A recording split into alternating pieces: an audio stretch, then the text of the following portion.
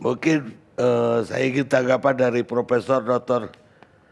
Kusnandi Rusmil. Selamat malam, terima Prof. kasih. Selamat malam Bang Karni, Uda Karni. Saya Uda Karni Ilyas, Datu Karni Ilyas. Prof. Ya,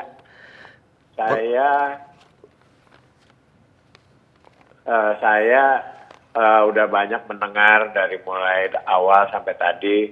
Rasanya udah banyak diulas, tapi saya akan cerita sedikit ya. Silakan Prof. Bahwa kebetulan saya dokter anak. Saya pernah bertugas di Lubuk Sekaping sebagai dokter anak. Kemudian saya dipanggil oleh guru saya, Profesor Sambas dan Profesor Suganda, untuk mengajar imunisasi di UNPAD. Jadi saya mendalami imunisasi itu mulai tahun 1990.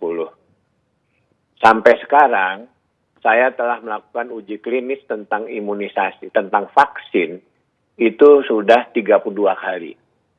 Mohon maaf, hampir semua vaksin yang dilakukan, yang diprogramkan imunisasi di tanah air kita, mulai dari DPT, kemudian hepatitis B, kemudian DPT dan hepatitis B combo, kemudian itu masuk kepada pentabio, kemudian pentabio itu digabung antara DPT, hepatitis B dan HIV, terus kemudian kami melakukan uji klinis lagi tentang polio, kemudian BOPV, dan kemudian dan lain-lainnya sampai saat sekarang di institusi kami, di UNPAD, telah melakukan uji klinis itu kurang lebih 32 kali sampai sekarang.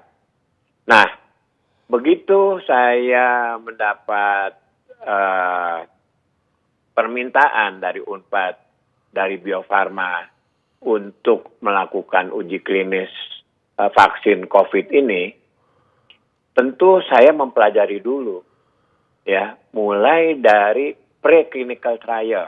Tadi dibilang sama dari bagian ID ada 5 tahap, tapi itu mungkin betul mulai dari preclinical trial, terus clinical trial 1, 2, 3, kemudian post marketing itu tahap-tahapannya. Jadi saya mempelajari mulai dari preclinical trial. Apa yang dilakukan pada vaksin clinical trial untuk vaksin COVID ini? Itu vaksin COVID ini, preclinical trial sudah dilakukan, itu di Wuhan, di Cina. Apa yang dilakukan di sana? Telah diuji coba mula-mula kepada tumbuh-tumbuhan, kemudian pada binatang. Pada tumbuh-tumbuhan itu tidak terjadi hal-hal yang merugikan, dan juga pada binatang. Binatang apa yang dilakukan itu? Itu dilakukan pada mice, ya. Jadi pada tikus, ya. Itu vaksin ini disuntikan secara intravena, langsung masuk dalam darah. Terus kemudian dilihat paru-parunya ada kelainan atau tidak. Terus kemudian dilihat lagi di jaringan-jaringan ada kelainan atau tidak. Nah, pada fase 1 ini ternyata tidak diketemukan. Ya, jadi itu, jadi preclinical trial. Nah, kemudian preclinical trial itu, ya, antigen itu dibikin, ya. Untuk bikin antigen itu cukup rumit, antigen vaksin ini sebelum diuji pada manusia. Yaitu pertama dilakukan lagi penambahan zat-zat yang kita sebut stabilizer, terus kemudian kita obat zat pengawet, terus kemudian lain-lain, sehingga vaksin ini kalau disuntikan itu tidak akan bengkak karena udah ada zat yang mencegah pembengkakan di situ. Jadi ada lima zat yang ditambahkan di samping antigen untuk bikin vaksin. Jadi bikin vaksin itu memang agak rumit, pelan-pelan, ya. Nah, setelah itu udah semuanya bagus pada preclinical trial, nah itu baru disuntikan pada orang. Pada orang di Wuhan fase 1, itu dilihat. Itu dilakukan, tadi sudah disebutkan beberapa orang, nah itu ternyata tidak terjadi hal-hal yang sangat merugikan. Hanya bengkak sedikit, merah sedikit, ya. Kemudian masuk lagi ke fase 2. Di fase 2 itu kurang lebih 400 orang. Itu dilihat juga tentang keamanannya, terus kemudian tadi udah disebut imunogenesitas, ya, kemudian dosisnya dan sebagainya. Nah, setelah itu baik, ya, dan dosisnya sudah ditentukan dan sebagainya. Kemudian baru masuk fase ketiga, yaitu fase 3 itu adalah pertama tadi sudah disebutkan juga sebetulnya, yaitu di samping keamanan juga imunogenitas dan tadi juga untuk efekasi. Jadi dibandingkan antara orang-orang yang mendapat vaksin dan placebo, berapa yang kalau dipaparkan penyakit, ya, terpapar penyakit, yang dapat vaksin itu berapa yang terpapar, yang tidak dapat vaksin berapa yang terpapar. Nah, ini pada fase 3 ini. Nah, fase 3 ini ada 1.620. Fase 3 ini selain di Indonesia, ya, juga dilakukan itu di Brazil tadi sudah disebutkan, terus kemudian di Bangladesh, di Pakistan, dan juga di dan ada beberapa tempat lagi ada gitu. Nah, kalau umpamanya fase 3 ini, ya, yang di Indonesia dengan di tempat lain itu sama, maka vaksin ini akan di-approve oleh WHO untuk dapat dipergunakan secara luas di dunia, ya. Nah, tapi kalau tadi betul dikatakan tadi oleh sejawat dari ID, kalau untuk di Indonesia itu memang betul Badan POM.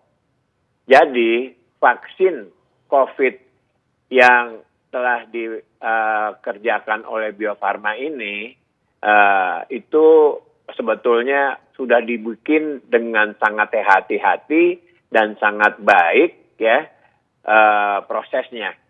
Kenapa baik? Karena Bio Farma itu bukan pabrik vaksin yang baru. Sebelum dari zaman sebelum kemerdekaan itu sudah digunakan oleh pemerintah Belanda untuk bikin vaksin juga. Nah, sekarang sudah melakukan ekspor vaksin ke banyak negara, ya, untuk Bio Farma ini. Nah, ada beberapa lagi, ya, kira-kira tentang vaksin ini, ya. Vaksin COVID ini, ya, dari 1.620 yang disuntikan telah kami lakukan, itu 1.620 itu udah dapat suntikan pertama, dan 1.570 itu udah mendapat suntikan kedua, ya. Dan, ya, terus kemudian dari yang disuntik itu sampai sekarang itu tidak ada hal-hal yang menakutkan. Hanya terjadi demam sedikit, panas sedikit, ada merah-merah sedikit, ya, dalam 30 menit pertama, yang dalam 2 hari itu udah hilang sama sekali. Dalam 2 hari juga tidak terjadi panas badan yang tinggi, ya. Jadi dalam uji klinis yang tadi saya katakan sudah 1.620 yang dapat suntikan pertama dan udah 1.000 lebih dapat suntikan kedua, tidak ada hal-hal yang sangat mengganggu dan itu sangat aman kalau menurut saya dibandingkan dengan umpamanya vaksin yang pernah saya lakukan, ya, umpamanya untuk tetanus maupun difteri, ini kelihatannya tidak seperti itu. Karena yang terjadi itu, yang panas tinggi itu tidak terjadi banyak gitu, ya, hanya beberapa gitu, ya, dari 1.020. Jadi saya bisa katakan bahwa vaksin ini cukup aman, ya. Sudah sekian banyak yang dilakukan imunisasi dari uji klinis ini, ya, yang ada di Bandung, ternyata tidak terjadi hal-hal yang seperti yang ditakutkan orang gitu loh, ya. Jadi saya bisa katakan di sini walaupun belum selesai, ya, Tapi untuk sementara waktu dari hasil pengamatan kami itu cukup aman. Apa yang akan kami lakukan selanjutnya?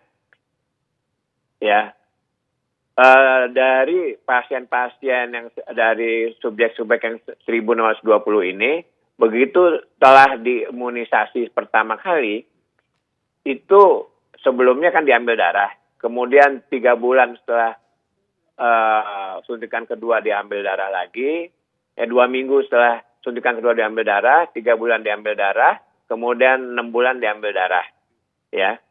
Nah, itu semuanya diikuti, selain diambil darah juga diikuti. Dilakukan, setiap diambil darah itu akan ada tanya jawab dan periksa lagi semua kesehatannya. Dari hasil pemeriksaan yang diikutin itu sampai sekarang belum ada yang sangat yang sangat di luar perkiraan. Semuanya dalam perkiraan. Ya. Dari penelitian ini ada kurang lebih 14 orang itu mengundurkan diri oleh karena 7 itu ada pekerjaannya pindah, yang 7 lagi dia sakit. Sakitnya itu tidak berhubungan dengan imunisasi, tapi ada yang sakit tifus, ada yang flu berat dan lain sebagainya.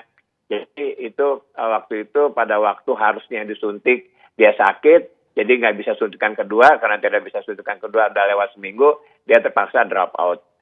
Jadi saya bisa katakan di sini bahwa sampai sekarang ini penelitian ini berjalan dengan baik dan telah kami laporkan sementara kepada Badan POM. Pada waktu itu dikontrol oleh Badan POM. Ya, biasa Badan POM itu biasanya secara rutin akan datang melakukan visit ya bersama-sama sponsor ya. Nah, dari hasil yang diinikan itu mereka mengatakan wah ini cukup baik, tidak ada masalah-masalah yang menakutkan. Baik. Barangkali sementara waktu kalau ada nanti tanya jawab kami persilahkan. Jadi selama ini akan mengatakan bahwa vaksin ini sampai saat ini tidak ada hal-hal yang di luar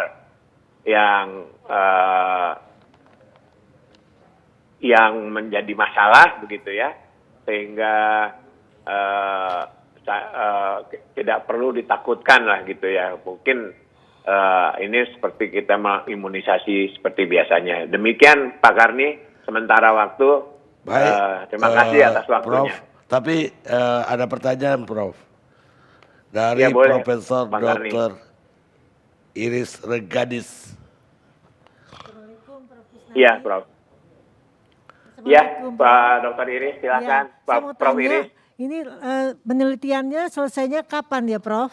Di Bandung penelitiannya, terus kemudian interim reportnya apakah Desember ataukah Januari? Karena ini sangat penting untuk menentukan kapan dilakukan vaksinasi. Ya, begini Prof. Iris, kita akan selesai interim report itu bulan Januari dan selesai penelitiannya pada bulan Maret. Maret. Iya. Maret. Bulan Maret. Maret baru Ya, selesai. Artinya baru ya, April betul. baru bisa April. ya Prof? April baru bisa dilaksanakan. Kan kalau interim report itu kan biasanya dipakai use emergency itu kan Ya. bisa saja gitu loh. Ya, betul. Ya. Kan Bisa. itu dari 540 ya, dari Ya. 540 pertama. Ya, baik. Makasih. Begitu Prof. Iris. Makasih Prof. Prof, ada satu lagi pertanyaan Prof.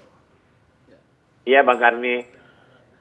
Ini dari Arya Sinulinga. Prof, mau nanya Prof, sekalian mau jelas. Iya silakan Pak Arya. Ya Pak Prof, apakah hasil uji klinis di negara lain itu walaupun tidak diuji kliniskan di Indonesia, untuk vaksin apakah diperbolehkan? Itu satu, dipakai di Indonesia. Ya. Yang kedua, Ya. karena banyak sekali isu mengenai corona di Indonesia berbeda dengan negara lain. Mungkin bisa dijelaskan dok, apakah sama aja? Ya. Artinya vaksinnya ampuh juga. Terima kasih dok. Ya. Jadi uji klinis fase 3 itu harus multi center. Nggak bisa satu center. Nah, kita dilakukan di sini uji klinisnya yaitu di Indonesia, di Bandung. Tapi kan kita juga ada lagi yang tempat lain, ya, karena Sinovac itu kerjasama dengan Bio Farma. Tapi Sinovac juga bekerja sama dengan tempat lain. Contohnya di Brazil, kemudian di Brazil, kemudian Amerika Latin, kemudian Turki, dan sebagainya gitu. Nah, nanti hasilnya dari sebagainya itu, hasilnya harus sama yang di Bandung. Kalau nggak sama, WHO akan memberikan catatan khusus dan akan ditanya-tanya apa sebabnya. Tapi harusnya harus sama. Sehingga WHO akan menyatakan bahwa vaksin ini bisa digunakan secara umum di mana-mana, di negara-negara manapun gitu loh. Karena hasilnya harus sama. Dan memang itu komitmen global begitu kalau untuk vaksin. Jadi harus sama hasil antara di Brazil maupun di Indonesia harus sama. Sehingga seandainya gitu kan kita perlu vaksin banyak, karena produksi kita itu kurang banyak sekarang ini karena memang persediaan bahan kan sedikit. Barangkali kita nggak apa-apa pakai yang punya kita, ditambah dengan pakai punya lain tuh nggak apa-apa sebetulnya. Kalau sudah ada izin dari WHO. Gitu loh. Kita nggak perlu takut pakai vaksin-vaksin yang dari luar. Karena itu memang sudah begitu.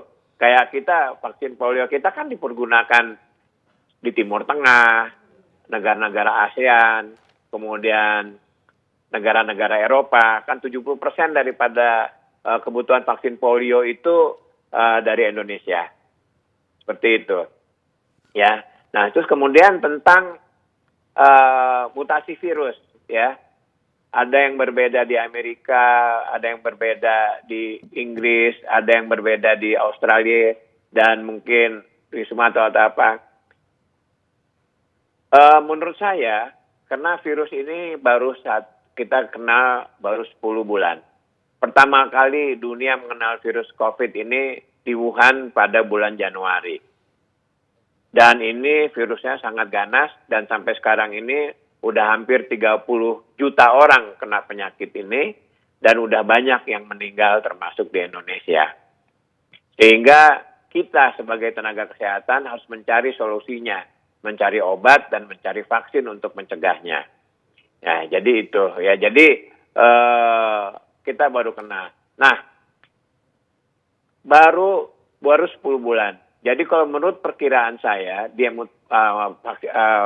kuman ini mutasi selama 10 bulan, tapi tidak akan merubah bentuknya secara luas, ya, sehingga bentuknya itu masih hampir sama. Atau nanti barangkali kalau udah berapa tahun itu kita bisa lihat. Nah, inilah pentingnya uji klinis, ya. Nanti kita lihat tadi kan udah dikatakan tadi begitu disuntik. Ya, kan sebelum disuntik diambil darah. Begitu 2 minggu setelah disuntik, kita ambil darah lagi, kita ukur titer antibodinya. Terus 3 bulan kita ukur titer antibodinya. Terus 6 bulan kita ukur titer antibodinya. Nah, setelah 6 bulan itu berapa titer antibodinya? Apakah tetap tinggi atau tidak? Sehingga kita bisa tahu itulah tujuannya daripada uji klinis ini, ya. Mungkin itu sedikit dari saya. Baik. Ya, nanti bisa ada tambahan lagi. Terima kasih. Prof, ada satu lagi terakhir. Ya. Pertanyaan terakhir dari DPR. Halo, ya, Prof. Ya, silakan.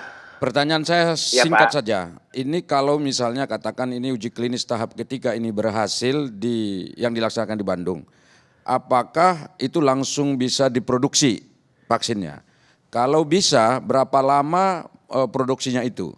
Karena begini, ini pemerintah sejauh ini kan sudah mengklaim akan melaksanakan vaksin dalam waktu dekat ini. Kalau misalnya keberhasilannya pun misalnya bisa dilakukan hanya pada bulan Maret, berarti pada bulan Maret itu belum tentu ada vaksinnya, kan harus produksi dulu.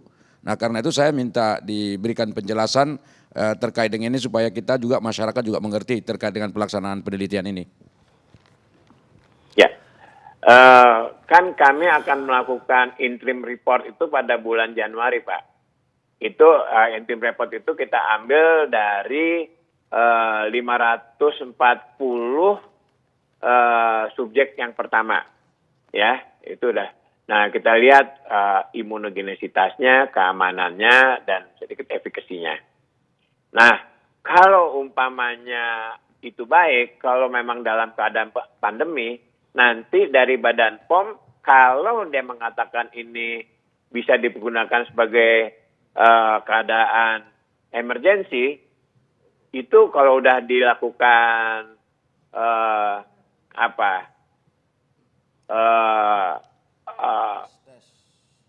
analisa oleh Badan POM, kalau Badan POM bilang bisa dipergunakan, kita bisa mempergunakannya pada bulan Januari, gitu loh.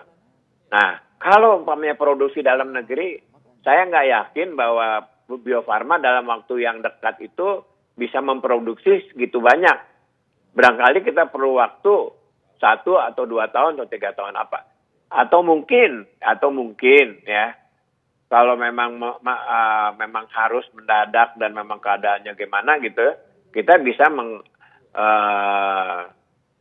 membeli dari Brasil atau dari Uni Emirat Arab dan sebagainya, yang dia itu akan lebih dulu dibandingin kita. Mereka bulan November udah selesai penelitiannya, fase 3-nya. Mungkin itu Pak. Baik Prof.